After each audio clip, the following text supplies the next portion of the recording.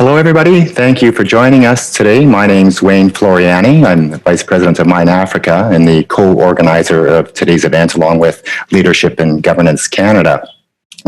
Mine Africa is a business development company promoting mining investments in Africa. We also organize multi-sectoral industry sector business and development initiatives for African governments. We also do some training programs under our recently announced partnership with the Schulich Executive Education Centre. I'm also pleased to be a board member of the Canada-Africa Chamber of Business. And as I mentioned, today's session is organized in partnership with Leadership in Governance Canada. And I'd like to call on Sam Adewale, the president of that organization, now to say a few words. Sam? Good day, everybody. My name is Sam Adewale, president of Leadership and Governance Canada. On behalf of Leadership and Governance Canada, I would like to welcome you all to this webinar. Most especially, I would like to welcome Nigerian High Commissioner, Ambassador Denyera Ashekun, for his presence. I would like to also welcome and thank the Global Affairs Canada, represented by Ryan Ward, for his support and presence. Permit me to briefly introduce Leadership and Governance Canada. It is a leadership and training development institution. We are established to set a certain standard in leadership and good corporate governance in public and private sectors, and geared towards the promotion of social, economic, and growth development. A year ago, Leadership and Governance Canada, in collaboration with Mine Africa, Nigeria High Commission, we established Canada-Nigeria Business Investment Summit. It was launched, and outcome of this, a lot of business initiatives were developed from this outcome. And a year from now, Leadership and Governance will be collaborating with the High Commission, Mine Africa, Global Affairs, and other corporate bodies to establish another seminar, which is coming up in October 7th, 2021. As part of our preparation for this 2021 Canada-Nigeria Business Investment Summit, we have lined up a series of webinars, businesses, and we invite you all to participate. Once again, welcome you all, and please enjoy the webinar. Thank you. Thank you, Sam. A few logistics before we get things underway. We are recording today's webinar. We'll send all of our registrants and participants an email with a link to watch that, which will include our presentations, as well as our presenters' email addresses if you wish to follow up with any of them with more detailed questions. We have a 90-minute program today. The last 30 minutes will be reserved for Q&A, and there's a Q&A button on the bottom of your screen. You can put questions in through that button. They will go into a queue here. If there's a question that's already asked that is similar to the one you want, you can vote on that, and that will move it up the queue, so that will increase the likelihood that it might get asked and answered. There's also a few people that are joining us as participants, not as panelists, and I'd like to recognize them. We have, I'm delighted to have His Excellency Prosper Higuro, the High Commissioner for Rwanda to Canada, His Excellency Tariq Absu Allah, Ambassador for Sudan to Canada, as well as Ruth Chikwera, who's the Ambassador from Zimbabwe to Canada. We've got broad representation, senior representation from Global Affairs Canada, from the Nigerian government, Lagos State government, as well as Canadian provinces of Alberta, Ontario, and Saskatchewan. Also in the room joining us is Bruce Shapiro, the President of Mine Africa and past President of the Canada-Africa Chamber, Kola Esamojumi, who is the VP for Leadership and Governance Canada, and then finally Gareth Bloor, who is the current President of the Canada-Africa Chamber of Business. Our first speaker is Ryan Ward, who is Canada's Acting High Commissioner in Nigeria, also covering Equatorial Guinea and Sao Tome Principe. Ryan began his career in the Canadian Armed Forces before joining Global Affairs Canada in 2006. He has served abroad prior to Nigeria in Kenya, Libya, and Indonesia. It's my pleasure to call on Ryan Ward to say a few words. Great, thanks very much, Wayne. Good morning, everyone. As mentioned, my name is Ryan Ward, and I'm Canada's Acting High Commissioner and Senior Trade Commissioner here in Nigeria. I'd like to thank Mine Africa and Leadership and Governance Canada for inviting me to briefly address opportunities in education, training, and learning, areas where my team and I see significant scope for greater collaboration between Canada and Nigeria. Nigerian students and faculty have enriched Canadian institutions for decades. In recent years, Nigeria has consistently been one of the top 10 source countries for international students in Canada. We host some 12,000 Nigerian students yearly and are consistently seeing growth in the number of prospective students who are considering Canada as part of their continuing education. I'm proud to say that during my time in Lagos and Abuja, I've had the opportunity to meet many Nigerians who have studied in Canada and subsequently returned to start and run innovative Nigerian companies, contributing to growth on both sides of the Atlantic. With the growth of Nollywood, a vibrant local arts community, and a booming music scene, the creative industries in Nigeria are a prime example of an innovative space where Canada can support Nigeria's technical and vocational training needs. We're continuing to work with our partners to expand Canada's presence in more traditional sectors as well, like oil and gas and agriculture, as we firmly believe that Canadian institutions are well placed to be partners of choice in Nigeria. On a more general note, I'd like to mention that our mandate in the Canadian Trade Commissioner Service is to support Canadian companies looking for opportunities abroad. In Nigeria, we have officers in both Lagos and Abuja available to provide market insights and to make personal connections where possible. Apart from education and training, we're also active in other sectors, including creative industries, ICT, oil and gas, and clean technologies. Before I close, I wanted to mention that efforts are underway right now to facilitate the safe entry of international students into Canada as soon as possible, given the exceptional conditions created by the COVID-19 pandemic. Despite travel restrictions, which are necessary to protect the health and safety of Canadians, the government of Canada has put measures in place to help international students continue or begin their studies with Canadian colleges and universities. I understand that as of the 20th of October, international students, as well as their accompanying immediate family members, will be allowed to travel to Canada, provided that they have the necessary study and travel documents, and also provided that their learning institution in Canada has a COVID-19 readiness plan in place that has been approved by their province or territory. Education is and will continue to be a vital part of Canada's engagement with the world. We truly appreciate your interest in today's session and look forward to working with you in the future. Thank you. Thank you, Ryan. It's also my pleasure now to introduce Ryan's counterpart here in Canada, His Excellency Adiyenka Ashikun, who's Nigeria's High Commissioner to Canada. His Excellency brings a wealth of both private sector experience as a business management, marketing and banking professional with experience with SC Johnson Company, the United Bank for Africa, and others, in addition to his, obviously, his public sector leadership as Nigeria's High Commissioner to Canada. Your Excellency.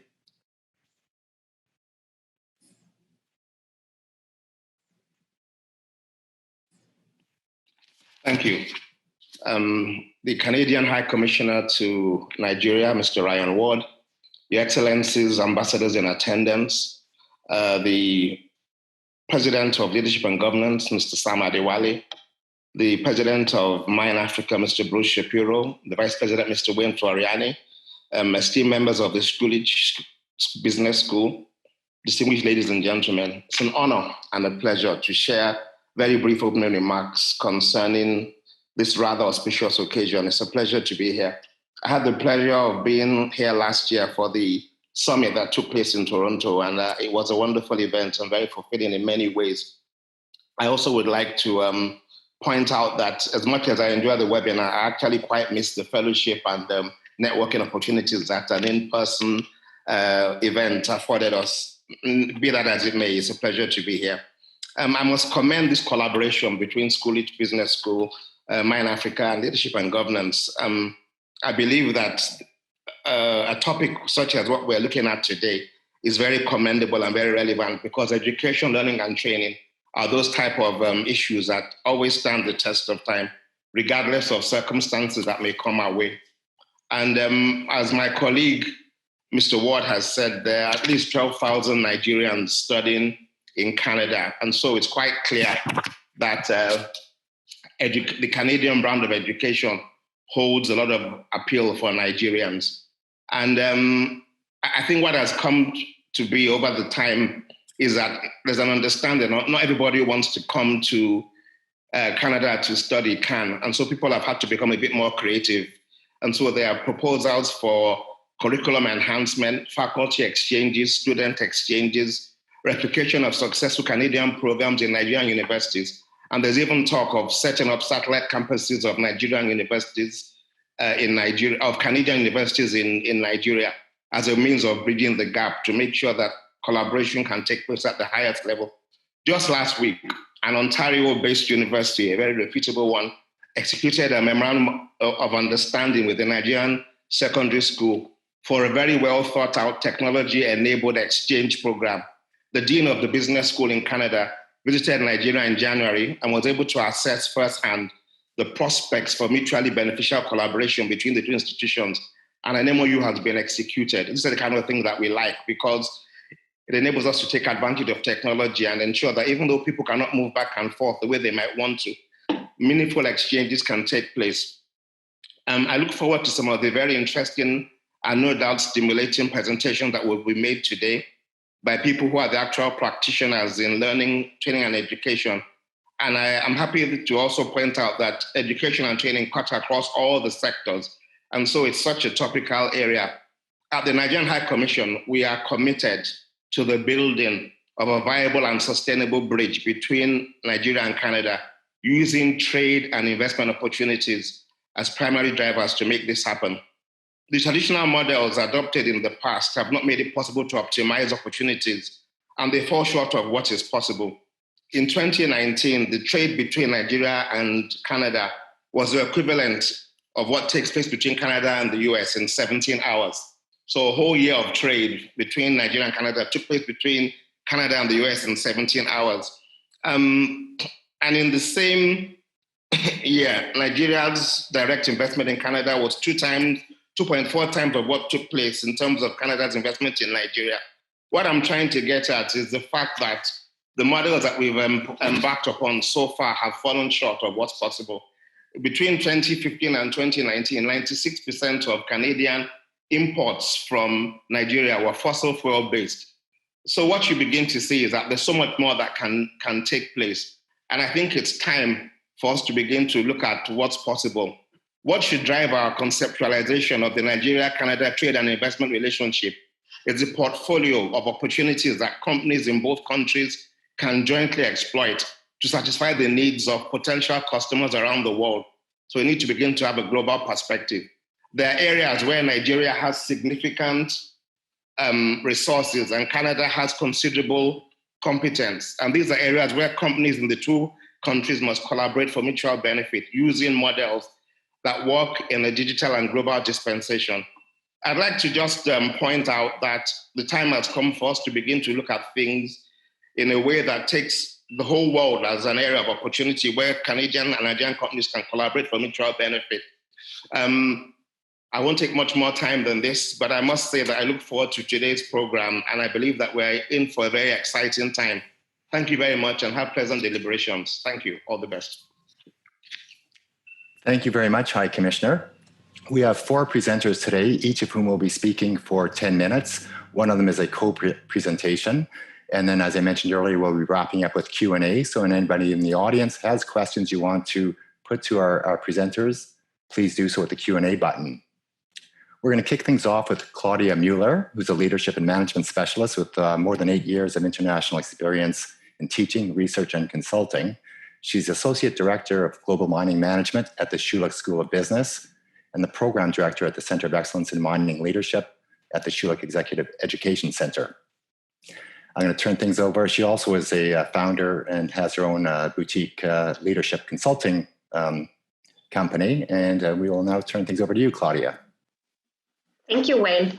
Good afternoon, everyone. I would like to thank Wayne and Sam for organizing this great event, as well as inviting us to participate today. Before I kick everything off, I'd like to say this is a topic I'm really passionate about as someone who has had the pleasure to work in Nigeria and with Nigerian organizations as an educator. This is really a fun topic to talk about and something that I'm really excited about in terms of exploring new opportunities. So Wayne has already mentioned I oversee the mining-focused education activities at Schulich, both on the academic as well as the executive side. However, today I really want to talk to you about some of the work we do on the executive education side. And I have a couple of slides that will just showcase who we are, and I would be happy to answer questions later on around some of the work we've done in more detail. So the Schulich School of Business is where we are housed as an executive education center, and that's part of York University. Many of you may know that the Schulich School of Business is one of the top 10 business schools in the world. We're usually ranked somewhere within the top 10 by the typical ranking institutions. And the Schulich Executive Education Center, as part of that, has a reputation as a global leader in executive education with very innovative programming. And one of our principles is that we work with many, many partners around the world, previously in particular within Canada, but hopefully now that everything has become much more global in education, also much more around the rest of the world. One of our partners is, of course, Mine Africa, who we work with in developing and delivering programs as well. So a little bit more information about what we do at the Executive Education Center. We are structured in a bit of a matrix structure. So we have two main focus points on how we organize our programming. We have open programs that are accessible to anyone who would like to enroll. Those were traditionally held in Toronto in our facilities downtown or up in North York at our main campus. And we have now been working on transitioning those into a virtual environment and quite successfully, I think, managed to really make them into something that stands for itself in a virtual environment. For those open programs, we have 3 target groups. So we focus on the emerging leaders, so early in career, transition, so mid-career people, and then mastery. So that's really for senior executives in later on in their career and supporting them. The other part we do is custom work. In that custom work, we have a number of different areas we focus on, and that's really work that is driven by the needs of a particular organization, or sometimes it's groups of organizations that get together, and we develop a program that fits their needs in particular. And the other 2 main areas that we focus on or that we divide our work in are skills focused and industry focused. So we have a number of skills focused centers of excellence that are really focused on things like marketing, organizational development, finance or accounting. And then we have industry focused ones. And the Mining Academy that I oversee is one of those centers that is focused, of course, on mining in our case. I wanted to share with you also a list of some of the clients we've worked with previously, just to give you an idea of how far our reach has been in the past. So you will see on here that it's really been organizations from all around the world. And a lot of them come to Canada to receive these custom program training opportunities. For others, we've traveled to site. In particular, I'm thinking about some of our mining clients, for example, Nord Gold, who operates in Western Africa. And you will also notice that it's a number of or a range of different industries. So we have finance represented, tech, automotive, mining, retail. There's a range of different companies that we work with. And one that we don't have on here, one big focus point in the past has also been working with governments and government agencies.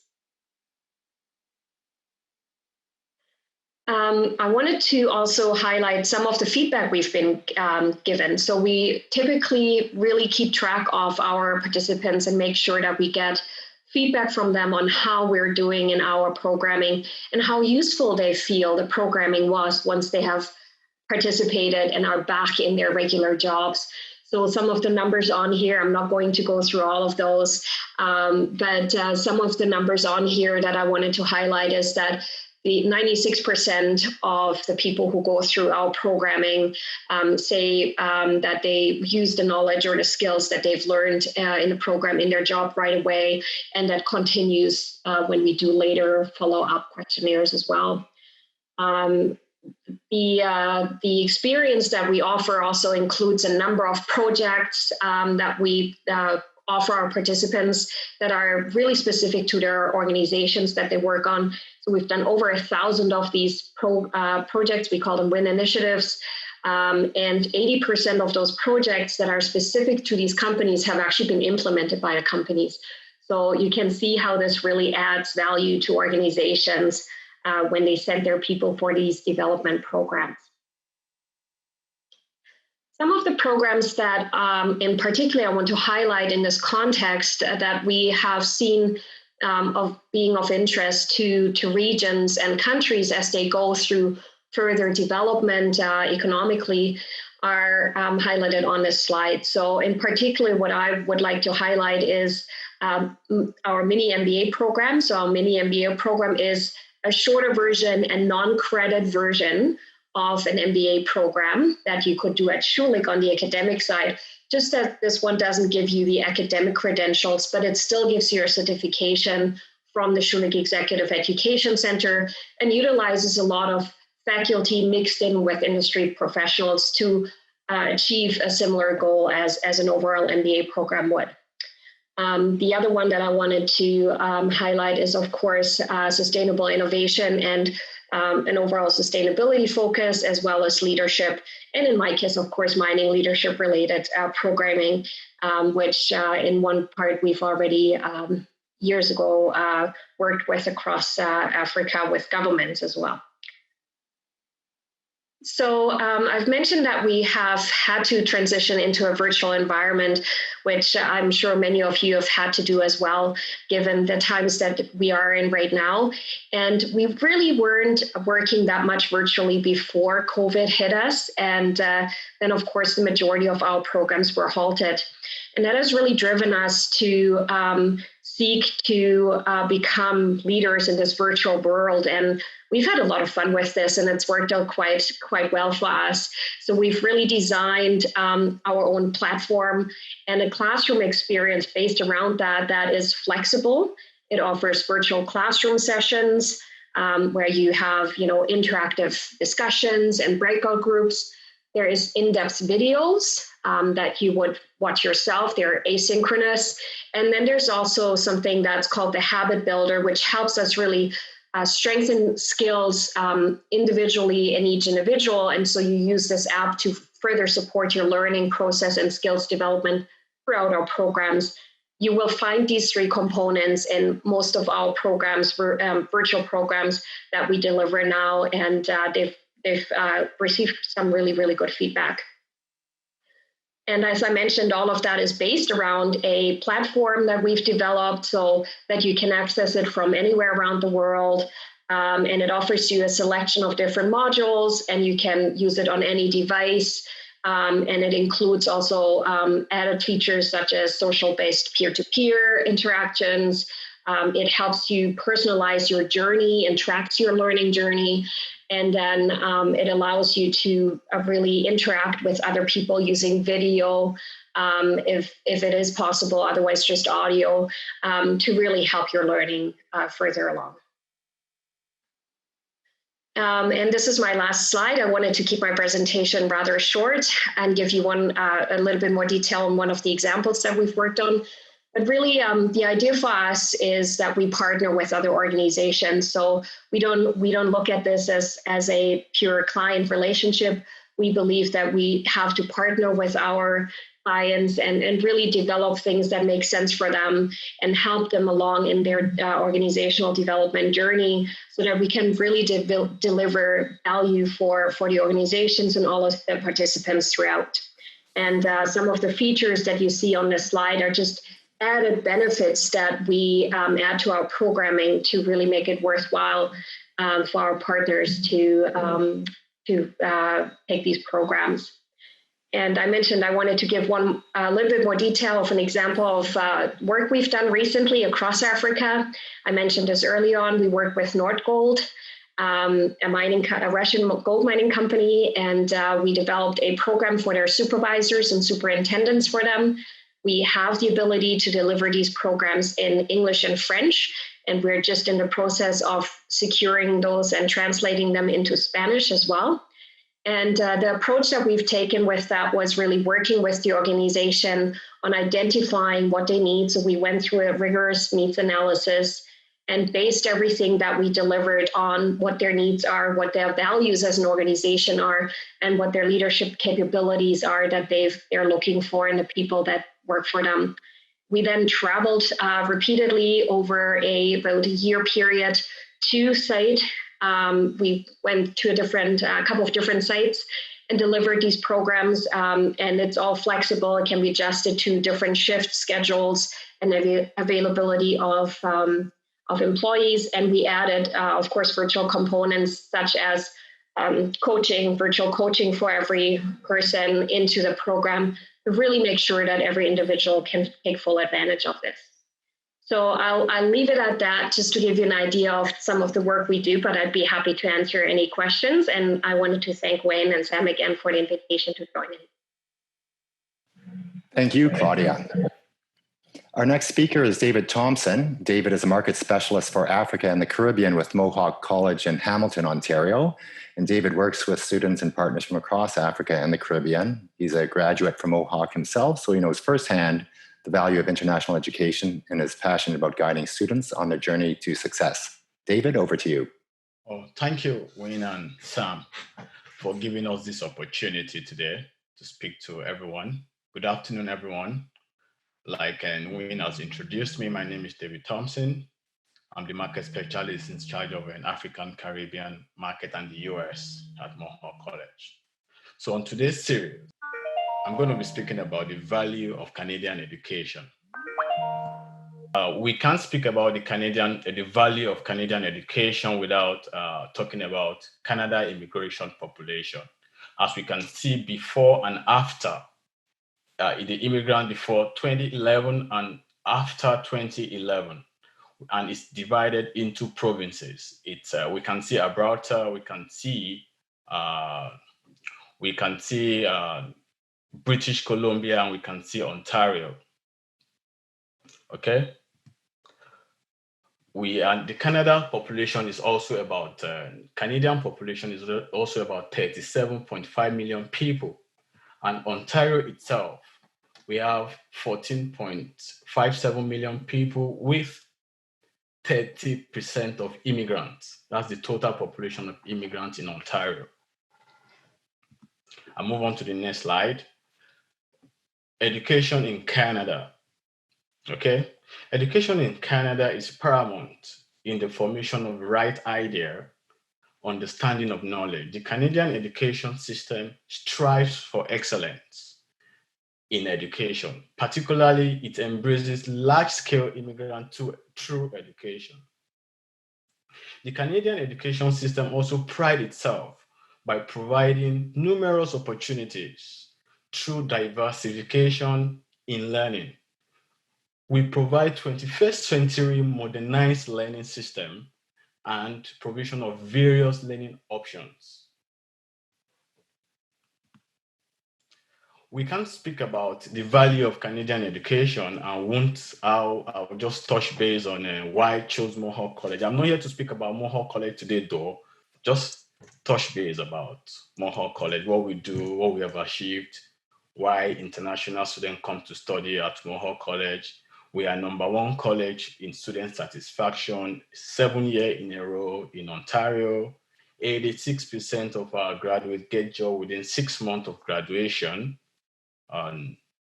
We spent over 100 million on campus renovation for the past 6 years.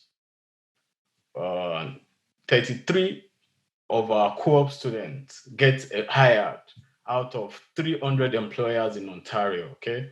We are not here to speak about Mohawk College today though, so just we're speaking about the value of Canadian education. Now, study in Canada. The Canadian education system consists of 21st century technology and innovation.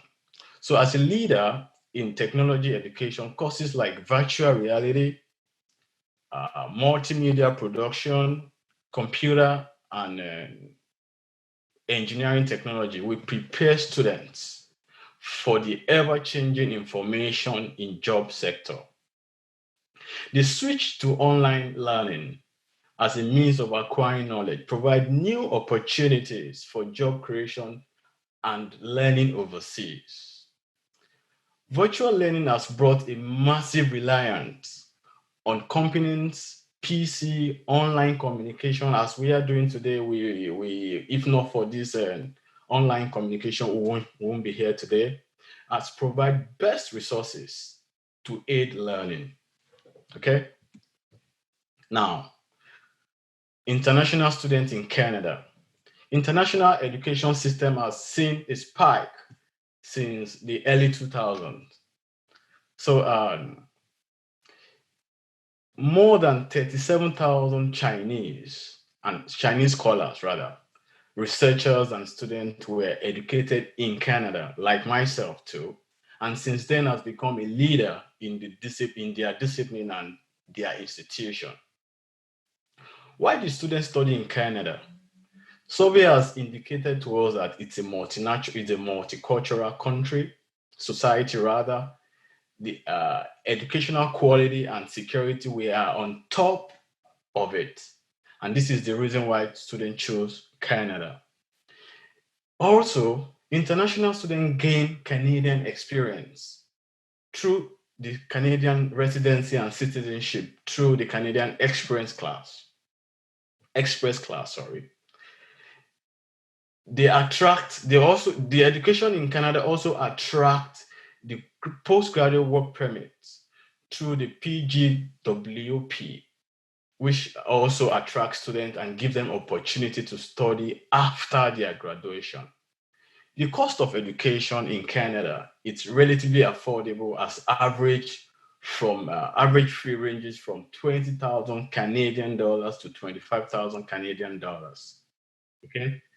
And okay, last but not the least, and this is my last slide rather, the Canadian education system has given a rise to job opportunities to students. So these are all a little snapshot about Canadian education, the value of Canadian education. If any of us have any question, please, we are here for the Q&A. And thank you, Wayne, and thank you, Sam, once again for giving us this opportunity. And I'm sorry about the interruption about not presenting from the beginning. Thanks. Thank you very much, David. Our next speaker is Bernard Johnson, and Bernard is the International Account Manager in Corporate and International Training with the Northern Alberta Institute of Technology. He's been with that organization since 2015. And he's responsible for identifying, initiating, and maintaining the business relationships that Northern Alberta Institute of Technology has in terms of its international capacity building and workforce and local content development training projects. So I'll turn the screen over to you now, Bernard. Thank you, Wayne. A quick shout out, thank you to both Mine Africa and Leadership and Governance Canada for organizing this event, giving us an opportunity to share what we do to our potential partners in Nigeria. Again, to get started, I thought I would start off really quickly. Again, my name is Bernard Johnson. I'm with the Northern Alberta Institute of Technology. I work with the Center for Corporate International Training, and I oversee some of the projects that we initiate in all different parts of the world. I thought I would open with talking about where we are located for our Nigerian partners. Edmonton, Alberta is in the western part of the country. We're about a 12-hour drive from Vancouver on the west coast and about a 5-hour flight from Toronto in central Canada.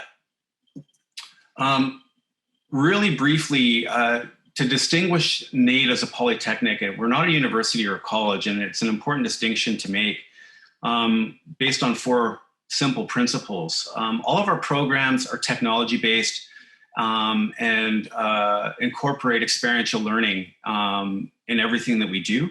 What that translates to is basically a 1-to-1 ratio between theoretical and practical hands-on learning. So a lot of times our classrooms, will incorporate lab facilities and equipment. So when a student learns something, the theory behind something, then they can apply the knowledge immediately.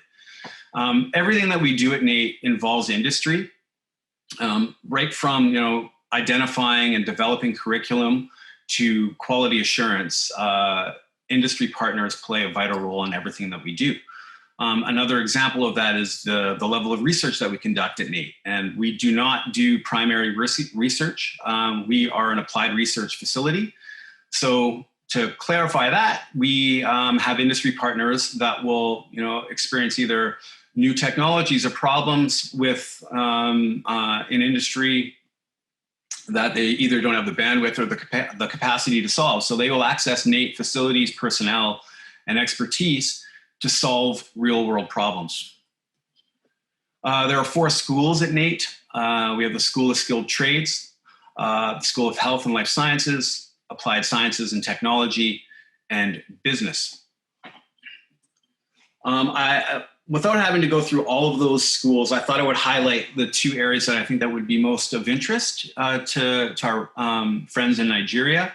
The School of Skilled Trades is divided in a couple of different ways. We have the apprenticeship programs listed here, and these involve anywhere from 8 to 12 weeks of training on campus. And then the other part of the year then is on the job training with a sponsored industry partner who has already hired these people.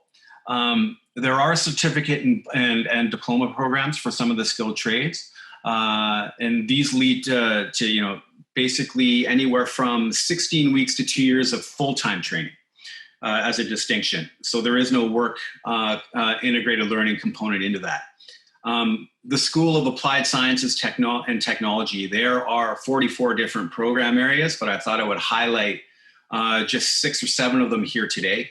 All of them are 2-year diplomas, and all of them, of course, in terms of curriculum development and quality assurance are driven by our industry partners.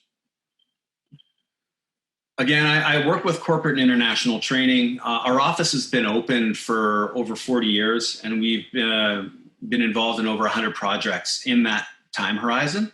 As you can see, we've covered most parts of the world, with more of a heavier emphasis in Africa and the North, but we have recently won some work in East Africa as well, which I'll talk about a little bit later.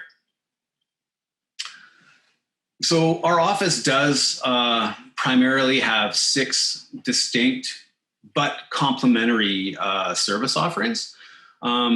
They all can kind of overlap to a certain degree, but for the purposes of today and because of our time limitation, I'm going to focus on capacity building project work, which I'll highlight in just a second. So our model really is principled on the 4 what we call 4 cornerstones. And if I can draw your attention to the 4 corners of this diagram, you'll see that the first level is curriculum development. What we do here for our model domestically is we work with our industry partners. They'll let us know what our graduates need to learn and how they need to learn it. We take that model to other parts of the world and adapt it accordingly, to that industry and that economy's needs. In terms of instruction, the second cornerstone, rather than taking instructors and teaching them technical knowledge, we kind of flip that model on its head.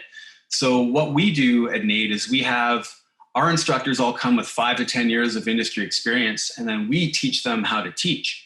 So we kind of turn it on its head.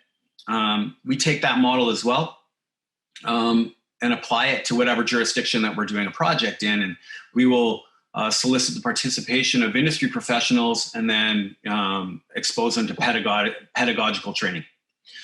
In terms of infrastructure, so if you think of the lab facilities and equipment, although we don't necessarily build the bricks and mortar, we advise and design and develop these facilities that are based on, again, the industry standards. So whatever technologies or equipment that are being used in industry in that specific jurisdiction, that's what we advise to include in terms of the procurement piece. And then in terms of the design, we try to mimic what's out in industry currently in that jurisdiction.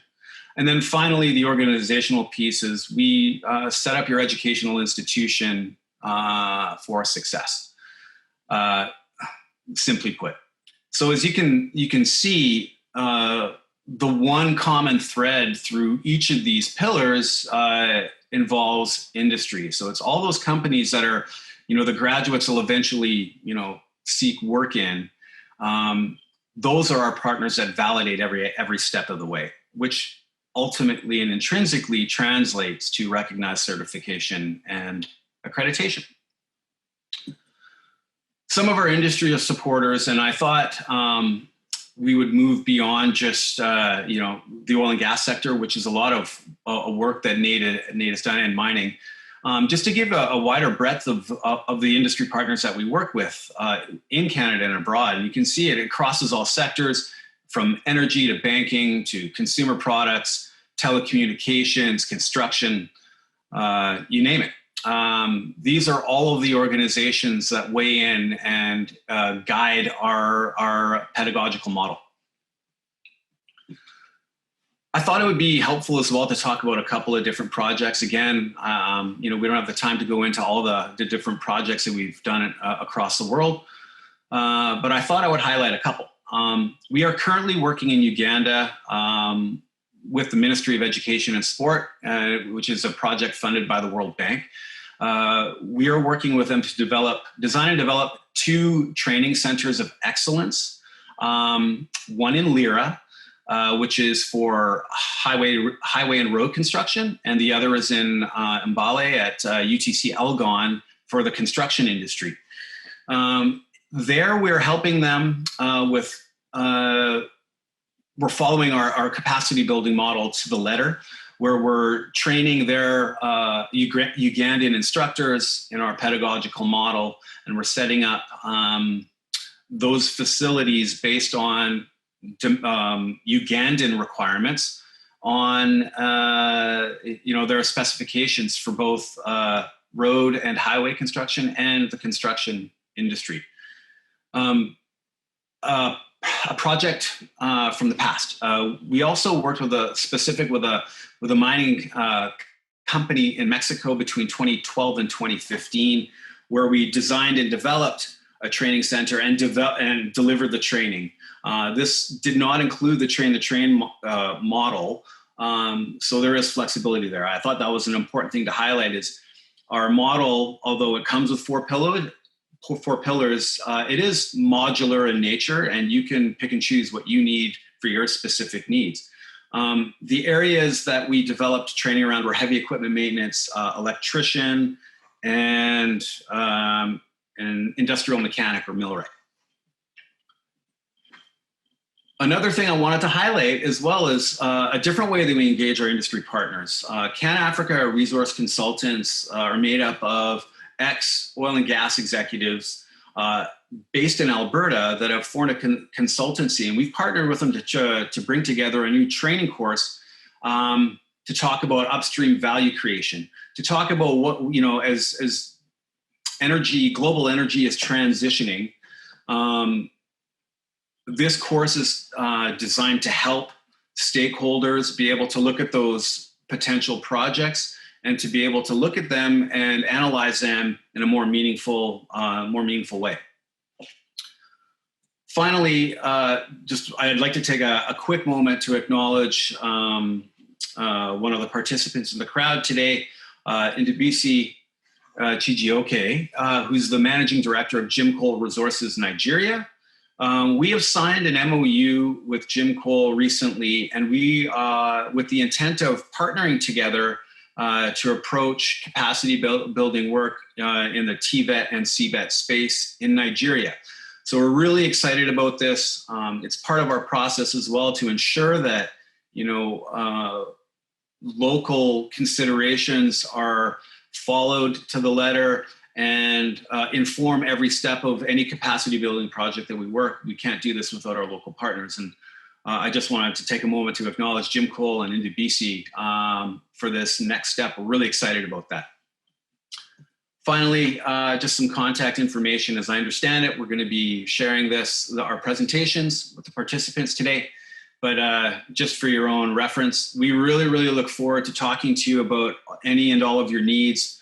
My presentation was focusing on our more the B2B side, but when it comes to student recruitment, if there are people out there that are interested in that, even though that's not my area of or domain of experience, I can certainly make those introductions and will happily do so. Thank you so much for your attention. Excellent. Thanks, Bernard. Our final session, we have two presenters. Tevi Pather is the Associate Vice President International with Saskatchewan Polytechnic, and his colleague Patricia Bowen is the Vice President Advancement and International. Tevi has over 20 years of experience at various public post-secondary institutions focusing on global engagement.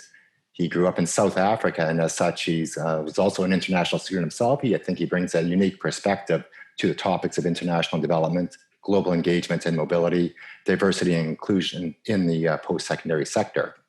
Patricia has a wealth of leadership and strategic experience in public, private, and nonprofit sectors in Canada, including post-secondary education, oil and gas, healthcare, tourism, agriculture, business, and finance. She has also worked as a leadership consultant for a number of colleges and technical institutes in Kenya, Tanzania, and Ecuador. So over to you, and take it from here, please. Thank you, Wayne. Is my screen visible to you all? Yes. Okay, thank you. Well, thank you for being here. And, who would have thought, I would never have thought this, that someday I will walk down to the basement suite dressed in a suit, wearing bedroom slippers. So here I am. And my name is Tevi Pather once again, and I'm here with my colleague, Ms. Patricia Bowen, to share with you a highlight on how Saskatchewan Polytechnic can be a partner in your growth and development of your business and your sector. So I will review some highlights of the institution, and Pat will highlight our programming available through the institution. I'd like to start by sharing a little story. Last year I was in Lagos on a business meeting there, and during my time there, I was invited to participate in an interview with a local TV station, and just to talk about Canadian higher education. For those of you who live in Nigeria, you might be familiar with this particular TV station. The point here is that I'm not an avid TV watcher, and so I was surprised by the highly interactive format of the show, and I think it's sort of similar to a show in the US. But when I did get to speak, I was impressed by how much the people around the table knew about Canada. For me, that it left me with the impression that cultural exchange between the two countries is alive and well. So Bernard's talked about what's a polytechnic, and I don't want to repeat what he said, but I think it's important to emphasize that all across the world, a polytechnic is defined by its ability to deliver high quality applied programming that is tied to labor market needs. And this across the sector, the various sectors of the economy. At Saskatchewan Polytechnic, we believe applied research is an integral part of this process. We are also proud that we consistently deliver work-ready employees. Now, while you are trying to, for those of you who are not from Canada, you're trying to pronounce Saskatchewan, let me tell you where we're located. If you look at the map of Canada, we are right in the heart of Canada. We like to say we're in the heart of Canada. And we are a province with a very robust economy driven by agriculture, natural resource extraction, and technology. In terms of size, I did a little bit of comparison last night. We are about 2/3 the size of Nigeria, but with a population of 1.2 million. Our provincial GDP in 2019 was 82 million. Not bad for a province of 1.2 million. With a history of over 60 years in the province, Saskatchewan Polytechnic serves students on 4 campuses across the province. We have approximately 16,000 students, of which 10% are international students. And over the years, we've developed a reputation for delivering high quality programming globally. What do we bring in terms of advantages? Both within the province and globally, we are recognized for the wide variety of programs we offer.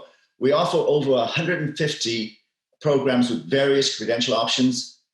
We are obviously the #1 choice for technical and vocational training because we're the only polytechnic in the province.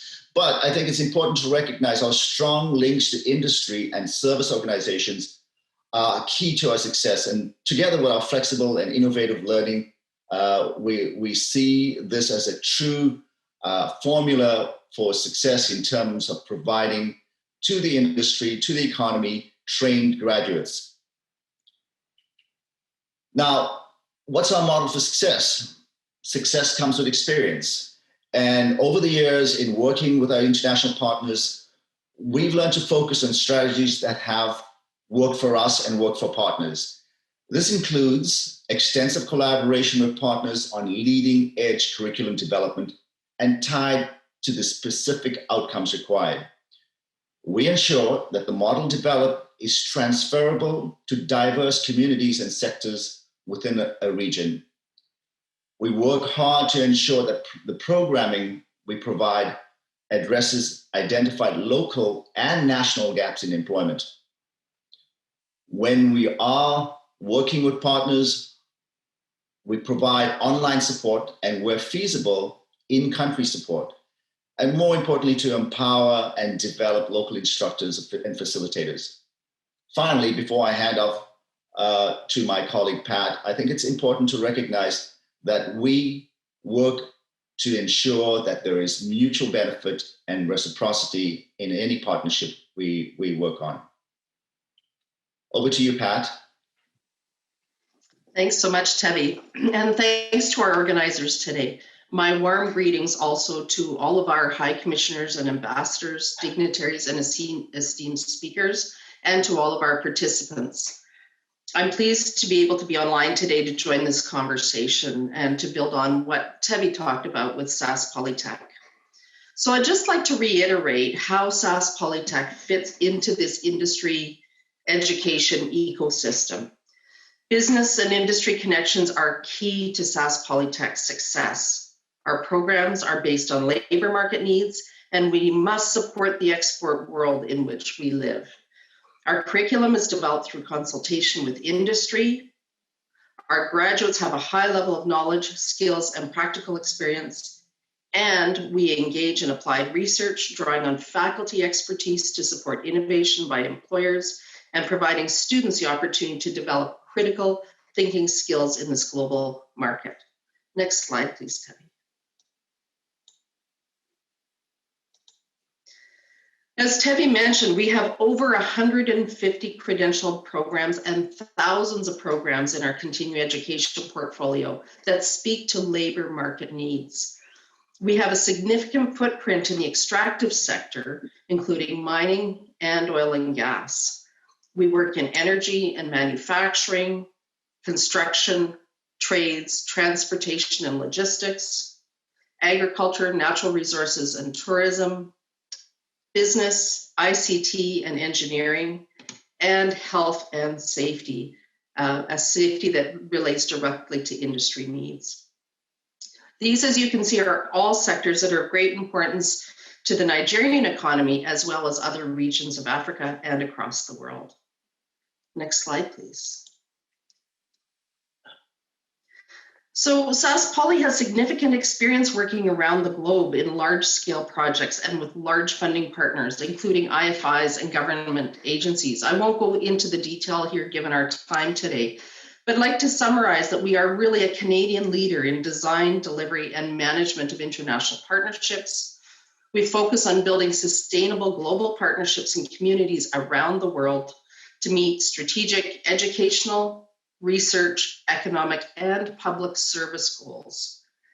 And we are well recognized for our strong industry-driven education model and expertise in skills development, teacher training, capacity building, curriculum development, research, and knowledge transfer.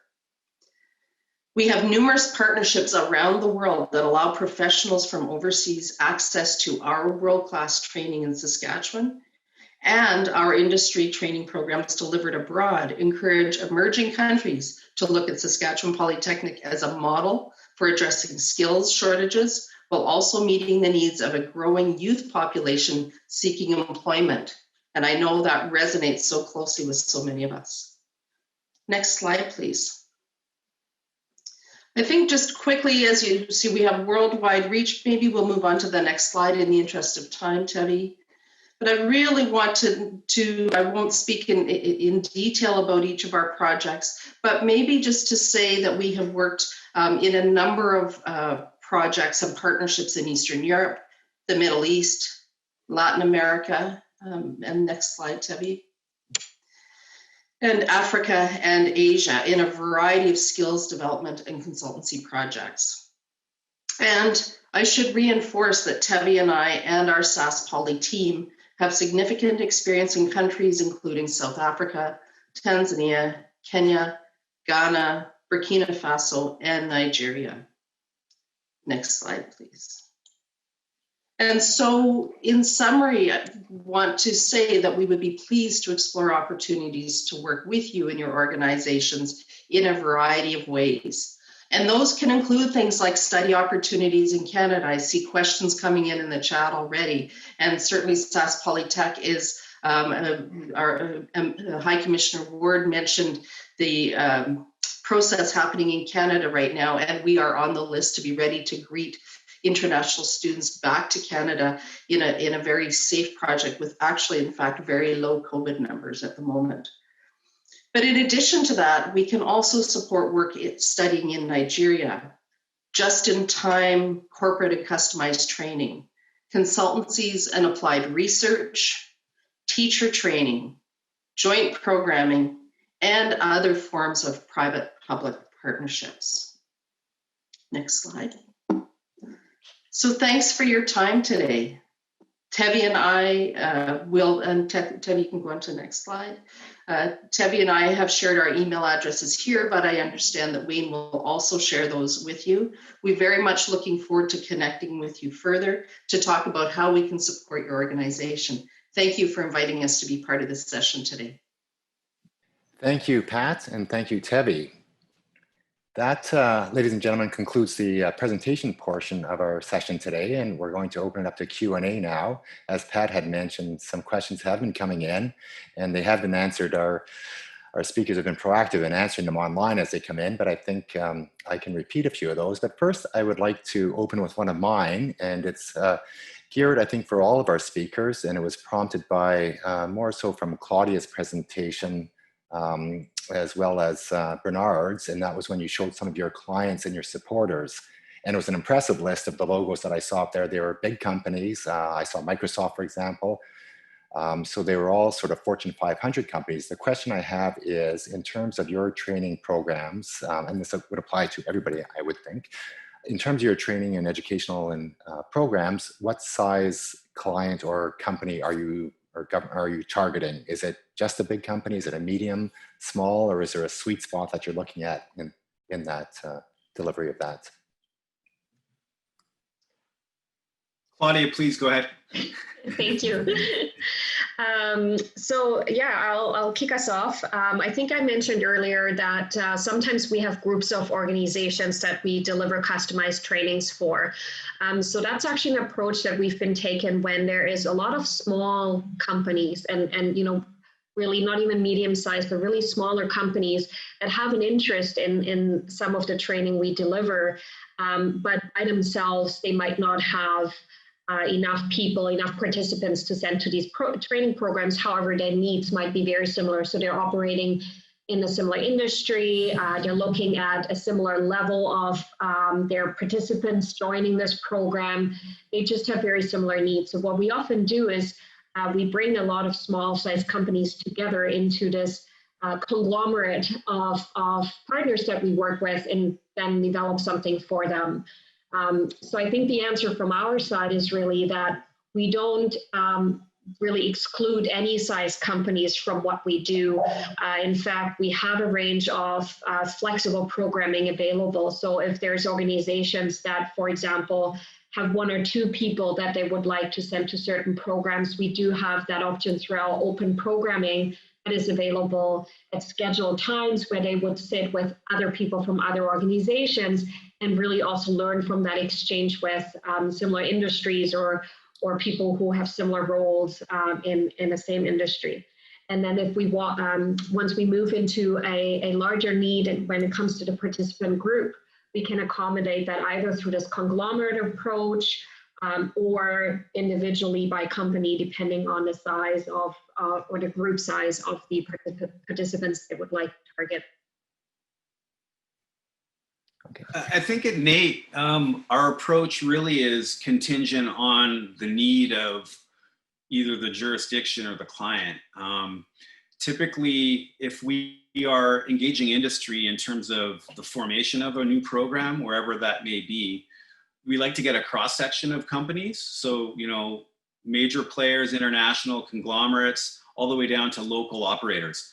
It just depends on, you know, the level of engagement that we're talking about. If we're trying to engage a corporate client to offer training to them directly, then that's always contingent on their ability to support it. So, you know, if they're able to engage and use our services, then, you know, we're completely agnostic in terms of size. Okay, thanks, Bernard.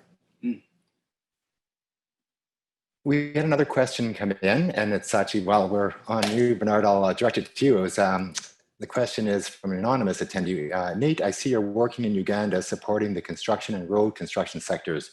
Do you also have experience working with the energy and mining sectors in Africa? Yeah, yes. To make a long story short, really a lot of our project work in the past has dealt with the maintenance sectors around the oil and gas sector, which includes operators within oil and gas plants as well. If you're looking back, we set up a center of excellence in Madagascar. We've done tons and tons of corporate training in Libya, for example, lots of stuff in North Africa, some project work before my time with NAIT, and I've been with NAIT for about 5 years now, in Chad, in Angola, related to the oil and gas sector. So yeah, we've definitely been there in different capacities, for sure. Just to switch gears a little bit, yes, it does. Thank you very much.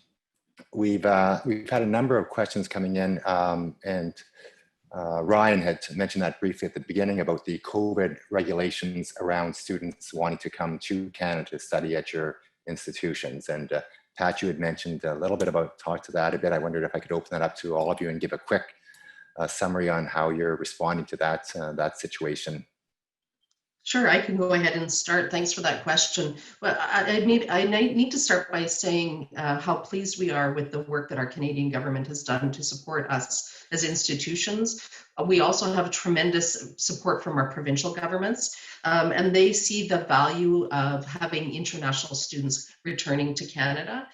They have been very flexible, in fact, in allowing students to study from abroad and still being able to maintain to obtain a postgrad work permit, even though they've started their studies abroad. And so that has actually been a really good move for us. But we just had some exciting announcements last week that the border will be more open now moving forward, and a number of changes are happening stepwise. So a number of us, we're called designated learning institutions, have submitted plans to both our provincial health authorities as well as the Health Canada to get permission to ensure that we're bringing students in a safe manner, both safe for the students and safe for our communities where they will study.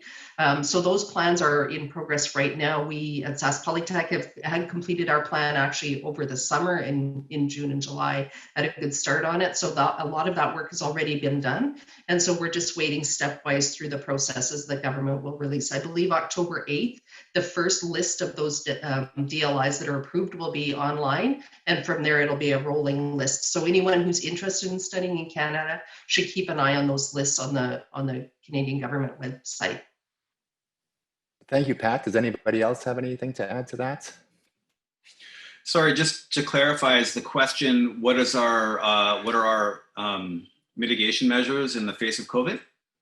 Yes, in terms of, well, I guess, yeah, in terms of attracting students that want to study, international students, but I guess it would apply to a degree as well in terms of delivering programs abroad as well.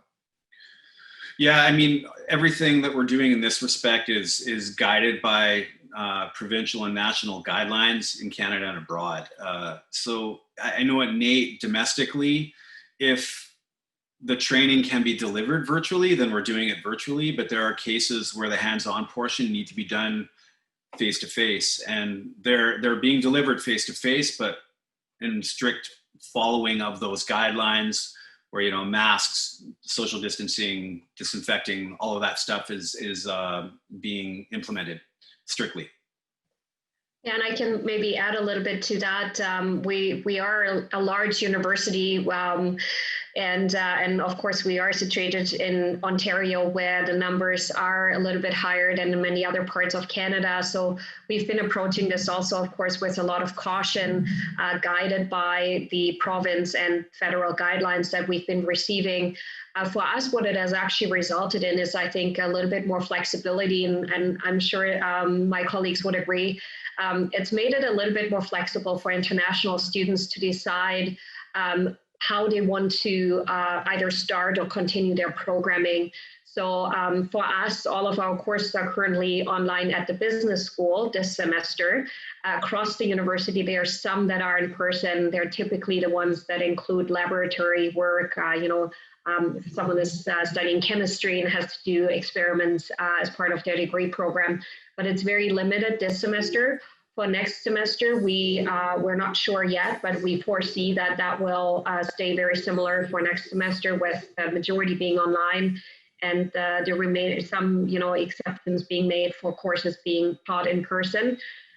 We have kept our on-campus accommodations and other services open for international students and also students from outside of the Toronto GTA area, to make sure that the students who decide to come to Canada or stay in Canada have still service available to them, support available to them.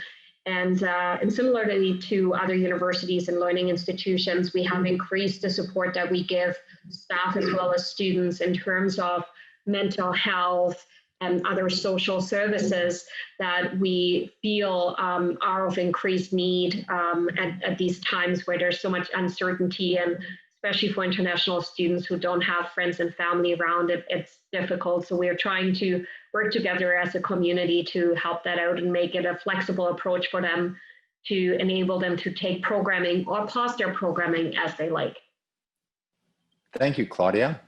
I should just add, Wayne, I think across the sector in terms of post-secondary education, it's been my observation that institutions have been very flexible in accommodating what would be, would have been previous hard deadlines and business processes around refunds and things like that. So I think, students worried about whether they'll be caught in situations because, business process situations because of COVID, it should be rest assured that institutions are very compassionate and flexible, recognizing the situation we're in. Yeah, I think it's an important point, particularly as Ryan had mentioned earlier, the number of Nigerian students that are coming to Canada to study. I think it was number 6 or number 8 in terms of destinations around the world for Nigerian students. And obviously there's lots of coming from South Africa and other African countries here as well. So we're scheduled for 12:30. I think a lot of the questions that have come up have been answered sort of online. What I think I would like to do now is maybe give everybody a chance to leave, each of our speakers to leave us with a parting comment, or one last takeaway perhaps that you would like to leave with the audience in terms of your training programs you can offer in Africa, in Nigeria. And then I'll just wrap things up very briefly, and we'll conclude with that. So if I can throw it back to everybody for one quick parting comment that you would like to leave with our audience. Thank you everyone for taking part in this session. I would say stay safe, observe social distancing in this difficult time, and it's business as usual at Mohawk College. Thank you. Thanks, David. Anybody else want to chime in? Well, Saskatchewan Polytechnic, it's a long history of international projects, international development work. We would like to continue our work in Africa. We bring a wealth of expertise, and especially in the extractive industries and agriculture. And we look forward to having a conversation. The contact details have been posted. Any questions, welcome. Thank you, Tevi. If I may, is that okay? Yes, please, Bernard. Great.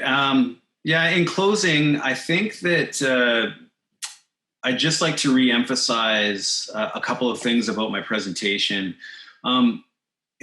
First of all, with respect to the capacity building model that we use at NAIT, the governing principle driving everything that we do in terms of our international work is principled on sustainability. So the idea is to come in, build capacity, pass on the knowledge and the lessons that we've learned in the past, adapt them to your current needs, and then summarily walk away and to hand over the program to you. So the idea is not to embed ourselves unnecessarily and to get in and to help out, but to build something sustainable that becomes your own. Of course, I'd like to talk more about that. We've been receiving a lot of inquiries from Nigeria digitally, and we're working hard to work with a Nigerian partner, which has been initiated with Jim Cole Resources. Again, we're so excited about that. Both of our contact details are included in the presentation. Reach out to us both directly, separately, whatever works best for you. We're here to accommodate your needs and really look forward to speaking with you. Thank you to all the other panelists as well for participating and for showcasing Canadian education. It's great. Thanks, and maybe I'll just jump in there as well.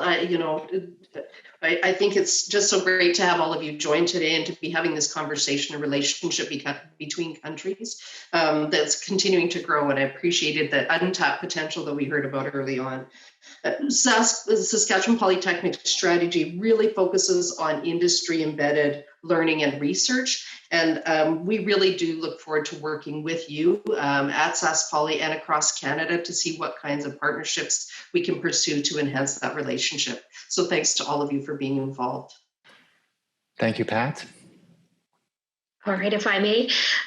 So thank you to all the other panelists. It was great seeing what you guys are all up to. I know we typically stand out at these kind of panels as a business school that doesn't do any of the more technical focused skills. That's not our focus point.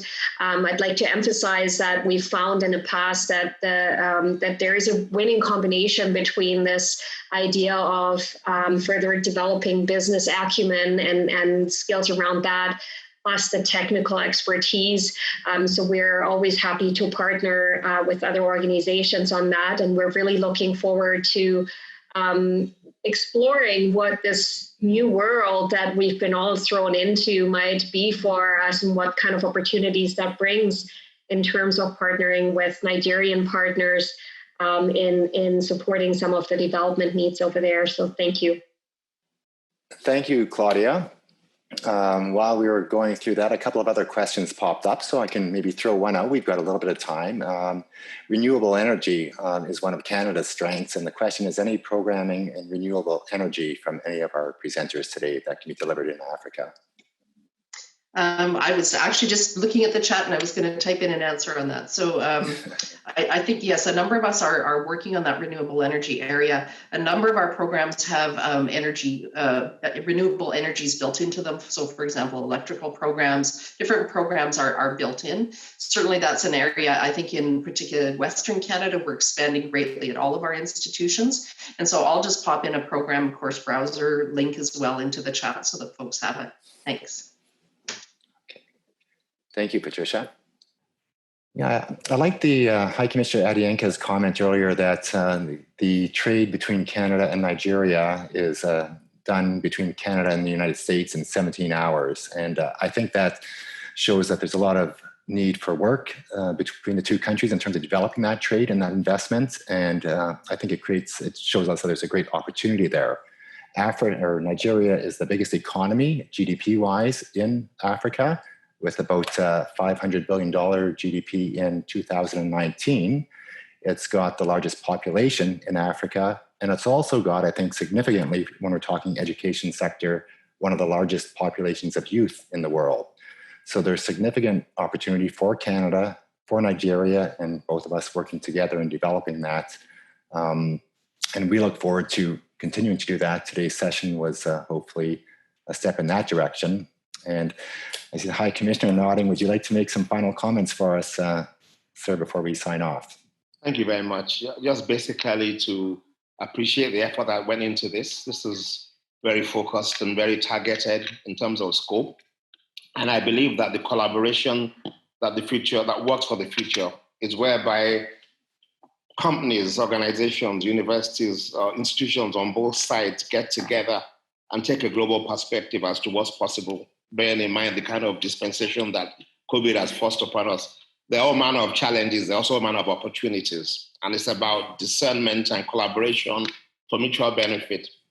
And I believe that there are some areas which probably, on account of COVID, begin to give us the need for us to pay more attention to logistics, transportation, digital technology, things that basically we may not have paid more attention to before, which have become all the more important.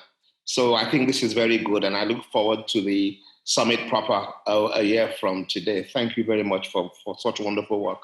Appreciate it. It's our pleasure, and thank you for joining us. A quick call out, I had mentioned earlier that I'm on the board of the Canada-Africa Chamber of Business. That organization will be holding a 3-day online Africa Accelerating Program this October 27 to 29. If anybody has any questions or would like more information about that, you can see that at the Chamber website, canadaafrica.ca, or contact myself. Mine Africa is also a major sponsor and partner of the Chamber, as is Leadership and Governance Canada. We'll be having a series of these webinars covering different industry sectors in the future, oil and gas, mining, natural resources, our ICT, agri-processing, infrastructure. All of that will culminate in October 2021 when we have our in-person event again here in Toronto, all things being equal. So with that, I'd like to thank our speakers, our audience, and our partners in promoting the event, and everybody for joining us. And I thought it was very, very interesting and informative. And stay tuned. We will send you an email with a link to the recording, the presentations, and our speaker email addresses. Enjoy the rest of your day.